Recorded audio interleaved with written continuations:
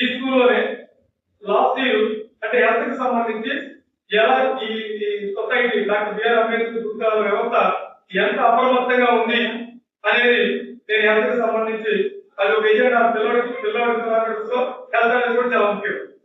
ఒక పిల్లవాడికి last year జ్యోతి స్వరూప్ అని అలాగే నిమిషాలు కూడా పిల్లవాడు ఉన్నాడు. వాడికైతే కేజీఎస్ వరకే హెల్త్ కేజీఎస్ వరకు ర్యాంక్ అనేది బాగానే ఇదైంది. ఎందుకంటే సివియర్ గా జ్యోతి స్వరూప్ అని చెప్పి ఒక 10th క్లాస్ విద్యార్థి వాడికి ఆల్మోస్ట్ బాడీలో ఉన్నటువంటి ఆర్గాన్స్ అన్ని కూడా ఫెయిల్ అయిపోయాయి. ఈ స్థితిలో అంటే నేను చెప్పింది కాదు, పేరెంట్ చెప్పింది. అయ్యా మా దగ్గర ఉండే ఎవరైతే పేరెంట్ ఉన్నాడో ఆ పేరెంట్ యొక్క తమ్ముడు అదే ఏజ్లో అదే విధంగా ఆర్గాన్స్ ఫెయిల్ అయినప్పుడు వాళ్ళు చూపించలేక చనిపోవడం జరిగింది. అదే టైంలో ఈ పిల్లవాడు కూడా అది సెంటిమెంటే కాదు, అది కాగితాలుగా జరిగిన విషయమే. సో వాటికి కూడా ఈ ఆర్గాన్స్ అన్ని ఫెయిల్ అయినప్పుడు వెంటిలేటర్ వేశారు. ఇక చాలా కష్టం అనుకున్న సమయంలో గౌరవ మినిస్టర్ గారు శ్రీ గౌరవ వీరేంద్ర స్వామి గారికి మేము డిసిఓ ద్వారా తెలియజేస్తే వెంటనే ఆయన మంత్రి గారిని ఎవరితో మాట్లాడతారు, గౌరవ సెక్రటరీ గారితో మాట్లాడతారు, లేదా కలెక్టర్ గారితో మాట్లాడతారు. డైరెక్ట్ గా వీళ్ళతో మాట్లాడుతూ కేజీహెచ్ సూపరింటెండెంట్ గారితో మాట్లాడారు. కేజీహెచ్ సూపరింటెండెంట్ గారే కాదు, డైరెక్ట్ డాక్టర్తో కూడా మాట్లాడారు. ఆ మాట్లాడటం వల్ల వాళ్ళు చెప్పే సూచనలు బట్టి అక్కడ ప్రైమరీ ట్రీట్మెంట్ అంతా కేజీహెచ్ లో తీసుకొని మెడికల్ తీసుకెళ్లి ఆ పిల్లవాడిని బాగు జరిగింది.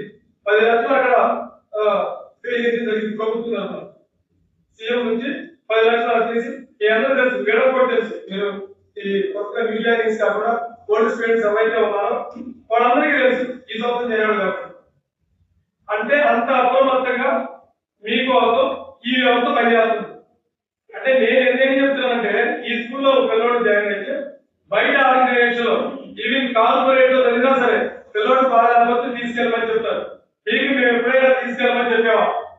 మీరు వచ్చి లేదు బాగాలంటే తీరమా మేము చూపిస్తాం తీసుకెళ్తాం అని చెప్పినా కానీ మీరు ఎంత ఇచ్చేసినా మేము చూపించిన తర్వాత వాడు బాగుపడిన తర్వాత మీకే 2 రోజులు పంపిస్తున్నాం తప్ప ఎట్టి పరిస్థితుల్లో ఇంటికి పంపుతున్నాం. ఎందుకంటే ఆ నిర్ణయం గౌరవ మినిస్టర్ గారు, సెక్రటరీ గారు, ప్రొఫెసర్ వెంకటేష్ గారు వీళ్ళు ఆ నిర్ణయం తీసుకుని పిల్లల్ని ఎక్కడ పెట్టి అక్కడ ఒక మెయిన్ డాక్టర్ ఉంటారు, హెడ్ ఆఫీస్ లో డాక్టర్ ఉంటారు. ఎక్కడైనా బాగాలేకపోతే మనం డైరెక్ట్ గా మేము టీచర్ కదా ఆ నాలెడ్జ్ మాకు ఉండదు. మా దగ్గర ఒక డాక్టర్ ఉంటారు, ఆ డాక్టర్ ఈ డాక్టర్ తో మాట్లాడి వీళ్ళిద్దరు ఈ కేజీహెచ్ లో ఉన్న డాక్టర్ తో మాట్లాడి ఎంతవరకు ఎక్కడ అని చెప్పి నెక్స్ట్ అక్కడ తీసుకెళ్ళి ట్రీట్మెంట్ ఇస్తే బాగుంటుంది. అక్కడ తగ్గిపోతే ఈ వ్యవస్థ యంత్రాంగం అనేది ఈ గురుకులాల్లోనే ఉంది, ఈ గురుకులాల్లోనే ఉందని చాలా గర్వంగా మేము అది చెప్పగలుగుతాం. ఇదే కాదు, ఏది హెల్త్ కి సంబంధించినటువంటి విషయం, అలాగే ఎడ్యుకేషన్ సంబంధించిన విషయం. మీరు అదే ఎవరన్నా ఉంటే ఉంటుంది దాంట్లో. లేకపోతే 10th అయిపోయిన తర్వాత ఇప్పుడు ఈ సంవత్సరం ఏం జరుగుతుంది అనుకున్నప్పుడు గతంలో 10th అయిపోయిన తర్వాత అంటే గవర్నమెంట్ మినిస్టర్ గారు ఏం చేశారంటే 10 కోచింగ్ సెంటర్లు పెట్టారు. ఐఐటి నీట్ కొద్దిగా చదివితే సార్ ఐఐటి ఎవరైతే వాడు అందుకున్నాడు కాబట్టి కొంచెం అందుకునే స్టూడెంట్ అయినా సరే వాడి డాక్టర్ కానీ ఇంజనీరింగ్ కానీ చేయాలనే ఉద్దేశంతో కోచింగ్ సెంటర్లు ఈ జోన్ కి గర్ల్స్ కోటి బాయ్స్ కోటి 2 కోచింగ్ సెంటర్లు పెట్టడం జరిగింది.